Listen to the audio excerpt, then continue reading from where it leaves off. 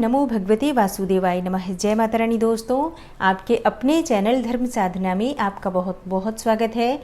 माँ भगवती दुर्गा की कृपा आप और आपके पूरे परिवार पर सदा सर्वदा बनी रहे। दोस्तों, आज की वीडियो में मैं आपसे बात करने वाली हूँ भाद्रपद मास की पूर्णिमा के बारे में। भाद्रपद मास की पूर्णिमा तिथि कब प्रारंभ होगी, कब समाप्त हो रही है, और जो लोग व्रत धारण करते हैं वो व्रत किस दिन धारण करें। स्नान दान और दीपदान की पूर्णिमा कब होगी, और पूर्णिमा तिथि के दिन ही उमा महेश्वर व्रत भी धारण किया जाता है। तो आज हम जानेंगे कि उमा महेश्वर व्रत हमें कब धारण करना है, पूर्णिमा का व्रत हमें कब धारण करना है, और इसके साथ ही सत्यनारायण व्रत की कथा का पाठ कब करना चाहिए, कैसे करना चाहिए, ये संपूर्ण जानकारी आपको आज की वीडियो में मैं शेयर करने वाली हूँ। और इसके साथ ही बहुत ही अचूक उपाय आपको शेयर करने वाली हूँ, जिससे कि आप किसी भी प्रकार की परेशानी में हो तो निश्चित ही आप परेशानियों से मुक्ति पाएंगे, और कोई भी आपकी मनोकामना हो तो आपकी वो मनोकामना पूर्ण होगी। और बहुत ही अचूक और सरल उपाय आपसे शेयर करने वाली हूँ, जो कि आप बहुत आसानी से कर पाएंगे। तो आज की वीडियो को पूरा ज़रूर देखिए, और अगर आपको आज की वीडियो अच्छी लगे तो लाइक भी ज़रूर कीजिए। दोस्तों, आपके लाइक्स, आपके कमेंट्स मेरे लिए बहुत महत्वपूर्ण होते हैं, क्योंकि ये एकमात्र जरिया है जिनसे मुझे पता चलता है कि आपको ये वीडियो अच्छी लगती है और आपके लिए ये वीडियो उपयोगी है। तो अगर आपको वीडियो अच्छी लगती है तो वीडियो को लाइक तो ज़रूर ही किया करें। इसके साथ ही कमेंट बॉक्स में माता रानी के नाम का जयकारा भी ज़रूर लगाएं। इससे आपको सकारात्मक ऊर्जा की प्राप्ति होती है।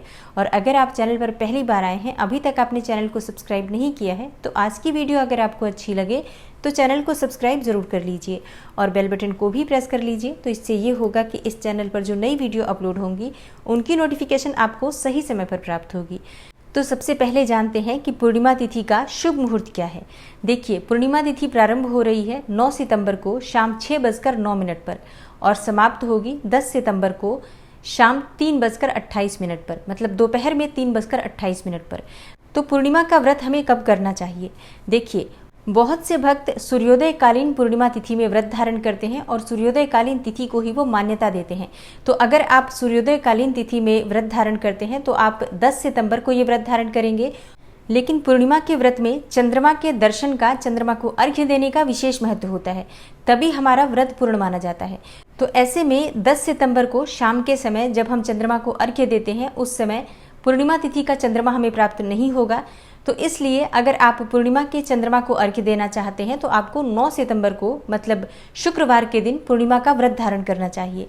वैसे 9 सितंबर को शाम के समय 6:09 पर पूर्णिमा तिथि प्रारंभ हो रही है, तो बिल्कुल शाम के समय ही पूर्णिमा तिथि प्रारंभ होगी। लेकिन व्रत अगर आप 9 सितंबर को धारण करते हैं तो प्रातःकाल सूर्योदय से ही आप व्रत धारण करेंगे और पूरे दिन का आप व्रत रखेंगे। जिस प्रकार से भी आप पूर्णिमा का व्रत हर बार करते हैं, उसी प्रकार से आपको इस बार भी पूर्णिमा का व्रत करना चाहिए। तो पूर्णिमा के व्रत को लेकर आपके मन में बहुत सारे संशय थे कि 9 सितंबर को हम व्रत धारण करें कि 10 सितंबर को व्रत धारण करें। तो जिस भी प्रकार से व्रत आप धारण करते हैं, अगर आप सूर्योदय काल में व्रत धारण करते हैं तो आप 10 सितंबर को व्रत करेंगे। और जो भक्त शाम के समय चंद्रमा को देखकर अर्घ्य देने का महत्व ज़्यादा रखते हैं, उनके लिए 9 सितंबर की पूर्णिमा होगी। तो बिल्कुल संशय मुक्त होकर अपनी इच्छा के अनुसार किसी भी दिन आप व्रत धारण कर सकते हैं। और बात करें कि स्नान दान कब करना चाहिए, तो देखिए, स्नान दान के लिए पूर्णिमा तिथि सूर्योदय काल में होती है तो ज़्यादा श्रेष्ठ माना जाता है। तो ऐसे में 10 सितंबर को शनिवार के दिन जो पूर्णिमा है, उस दिन आप अपने पितरों के निमित्त तर्पण भी कर सकते हैं। और पवित्र नदियों में स्नान करना चाहते हैं तो पवित्र नदियों में स्नान कर सकते हैं, या अपने घर में भी गंगा जल मिश्रित जल से स्नान कर सकते हैं। पूर्णिमा तिथि के दिन दीपदान का विशेष महत्व होता है। जलाशय के किनारे या किसी मंदिर में, किसी पवित्र वृक्ष के पास दीपदान करने से सभी प्रकार के संकटों से, बाधाओं से मुक्ति मिलती है, और किसी भी प्रकार की आपकी कामना होती है तो दीपदान से पूर्ण होती है। तो दीपदान आप दोनों ही दिन कर सकते हैं। 9 सितंबर को भी संध्या काल में पूर्णिमा तिथि व्याप्त होगी, तो 9 सितंबर को भी आप दीपदान कर सकते हैं, और 10 सितंबर को भी आप दीपदान कर सकते हैं, क्योंकि 10 सितंबर के दिन सूर्योदय काल में जब तिथि व्याप्त है, तो ऐसे में पूरे ही दिन की पूर्णिमा मान्य होगी और आप शाम के समय दीपदान कर सकते हैं, कोई संशय नहीं है। और जो भक्त उमा महेश्वर का व्रत धारण करना चाहते हैं तो उनके लिए 10 सितंबर का दिन श्रेष्ठ होगा, क्योंकि उमा महेश्वर के व्रत में सुबह के समय सूर्योदय काल में भगवान शिव और माता पार्वती की पूजा आराधना की जाती है। तो आप 10 सितंबर को उमा महेश्वर का व्रत धारण करेंगे और विधि विधान से भगवान शिव और माता पार्वती की पूजा आराधना करेंगे। व्रत के नियम क्या होते हैं, पूजा विधि क्या होती है, इसके लिए आपको वीडियो आगे मिल जाएगी।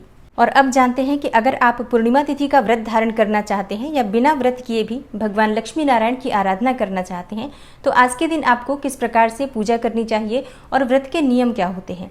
देखिए, अगर आप पूर्णिमा तिथि का व्रत धारण करते हैं तो आपको प्रातःकाल जल्दी उठना चाहिए और स्नान इत्यादि से निवृत्त होकर भगवान सूर्यदेव को जल अर्पित कीजिए। उसके बाद अपने घर के मंदिर में दीपक प्रज्वलित कीजिए।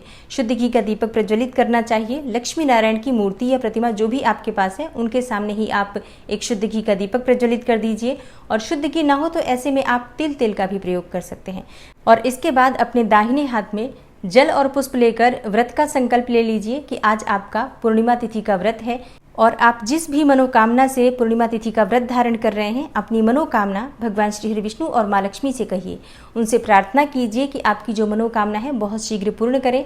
और व्रत में पूजा पाठ में किसी भी प्रकार की भूल चूक हो जाती है तो इसके लिए क्षमा प्रार्थना कर लीजिए।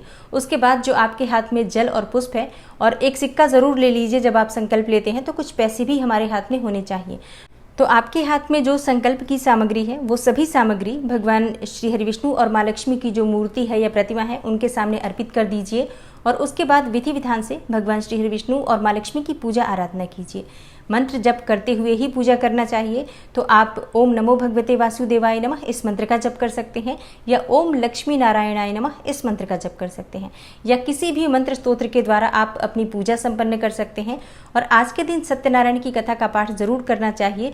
तो भगवान श्री हरि विष्णु के सामने यथासंभव भोग अर्पित करके, जैसे कि आप फल का भी भोग अर्पित कर सकते हैं, चाहे तो मिठाई का भोग अर्पित कर सकते हैं, चूरमा बना सकते हैं तो अत्यंत ही श्रेष्ठ होगा। और पूर्णिमा तिथि के दिन लक्ष्मी नारायण को पंचामृत का भोग अवश्य अर्पित करना चाहिए। और पंचामृत में तुलसी का पत्ता भी जरूर होना चाहिए, इस बात का ध्यान रखिए।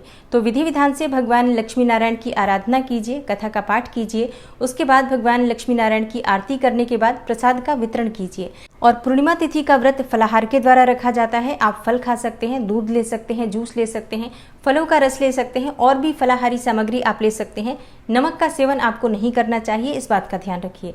और दिन भर व्रत रहने के बाद शाम के समय विधि विधान से फिर से भगवान लक्ष्मी नारायण की आराधना कीजिए और चंद्रमा के दर्शन करके उन्हें अर्घ्य देकर अपना व्रत आप चाहें तो खोल सकते हैं। और कई भक्त होते हैं जो पूर्णिमा तिथि के दिन शाम के समय अपना व्रत नहीं खोलते हैं, अगले दिन वो अपना व्रत खोलते हैं। तो जिस भी प्रकार से आपने ये व्रत शुरू किया है आपको उसी प्रकार से व्रत आगे भी करना चाहिए। दोस्तों, पूर्णिमा तिथि के दिन चंद्रमा को अर्घ्य देने का बहुत अधिक महत्व माना गया है। अगर पूर्णिमा के चंद्रमा को अर्घ्य दिया जाए तो बिना व्रत किए भी मन की समस्त कामनाएं पूर्ण होती हैं। तो अगर आप पूर्णिमा का व्रत करते हैं अत्यंत ही श्रेष्ठ है, आप तो अर्घ्य देते ही हैं।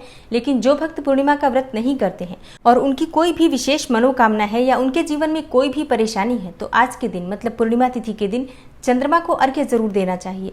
तो आपकी कोई भी मनोकामना हो, धन प्राप्ति की हो, संतान प्राप्ति की हो, मनचाहा जीवन साथी चाहते हो, अपने जीवन में सफलता पाना चाहते हो या मानसिक रूप से आप बहुत अधिक परेशान रहते हैं, तनावग्रस्त रहते हैं, तो आज के दिन चंद्रमा को अर्घ्य देने के लिए आप एक पात्र ले लीजिए। उस पात्र में आपको थोड़ा सा कच्चा दूध डालना है। अगर दूध गाय का मिल जाता है सर्वश्रेष्ठ है, गाय का नहीं मिलता है तो जो भी दूध आपके पास उपलब्ध है बस कच्चा होना चाहिए, उबला हुआ नहीं होना चाहिए, तो आप उस दूध का प्रयोग कर सकते हैं। और उस दूध में आप थोड़ा सा जल डाल लीजिए, मतलब जल से उस पात्र को भर लीजिए। और इसके बाद उस जल के पात्र में आपको थोड़ा सा अक्षत लेना है। एक सफ़ेद पुष्प अगर आपके पास हो तो वो डाल सकते हैं, नहीं हो तो कोई बात नहीं, थोड़ी सी मिश्री या शहद डाल लीजिए और इसी से आपको अर्घ्य देना है चंद्रमा को देखते हुए। और अब बहुत से भक्तों का प्रश्न होगा कि चंद्रमा उनके घर से दिखाई ही नहीं देते हैं तो वो चंद्रमा को अर्घ्य किस प्रकार से दें। तो देखिए, चंद्रमा को देखकर ही अर्घ्य देने का विशेष महत्व शास्त्रों में बताया गया है, क्योंकि दर्शन करने का ही हमें लाभ प्राप्त होता है। प्रत्यक्ष देवता है चंद्रमा, तो उनके दर्शन करके जब हम उनकी पूजा आराधना करते हैं, उनके अर्घ्य देते हैं और मंत्रों का जप करते हैं तो उसका विशेष लाभ हमें प्राप्त होता है। चंद्रमा की रोशनी जो हमारे ऊपर पड़ती है तो वो अमृतमयी किरणें हमारे जीवन की बहुत सारी परेशानियां बिना किसी उपाय के ही दूर कर देती हैं। लेकिन अगर आपको चंद्रमा बिल्कुल भी दिखाई नहीं देते हैं तो आप अपने घर में चंद्रदेव का मन में स्मरण करते हुए भी अर्घ्य दे सकते हैं। और चंद्रमा को अर्घ्य देने का मंत्र होता है ओम सोम सोमाय नमः या ओम चंद्रमसे नमः। इन दोनों में से किसी भी मंत्र के जप के द्वारा आप चंद्रमा को अर्घ्य दे सकते हैं। और यथासंभव चंद्रमा को देखते हुए चंद्रमा की रोशनी आपके ऊपर आए, थोड़ी देर तक चंद्रमा की रोशनी में बैठकर इस मंत्र का जप करने से सभी प्रकार की परेशानियों से मुक्ति मिलती है। और चंद्रमा को देखकर अपने मन की कामना कहिए, जो भी आपकी मनोकामना है चंद्रदेव से कहिए और उनसे प्रार्थना कीजिए कि हे चंद्रदेव मेरी समस्त मनोकामनाओं को पूर्ण करें। इस प्रकार से प्रार्थना करते हैं तो निश्चित ही आपकी मनोकामना पूर्ण होती है।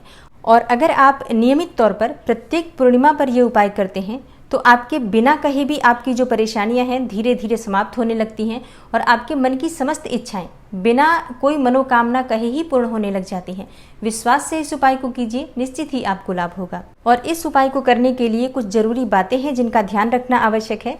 जैसे कि चंद्रमा को अर्घ्य देने से पहले आपको स्नान जरूर कर लेना चाहिए और स्नान नहीं कर पाते हैं तो हाथ पांव मुंह धोकर वस्त्र अवश्य बदल लीजिए। शुद्धता का ध्यान रखिए क्योंकि चंद्र देवता भगवान भोलेनाथ के मस्तक पर विराजमान रहते हैं, इसलिए शुद्धता का ध्यान रखना अत्यंत आवश्यक है।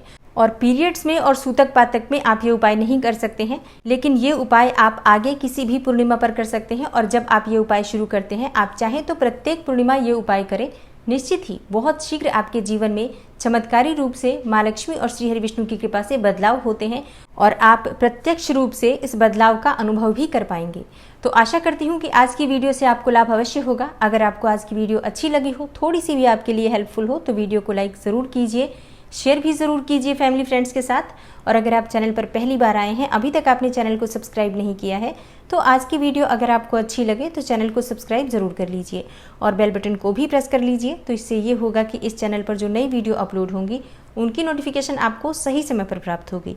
मैं मिलती हूँ आपसे अगली वीडियो में, तब तक के लिए नमस्कार।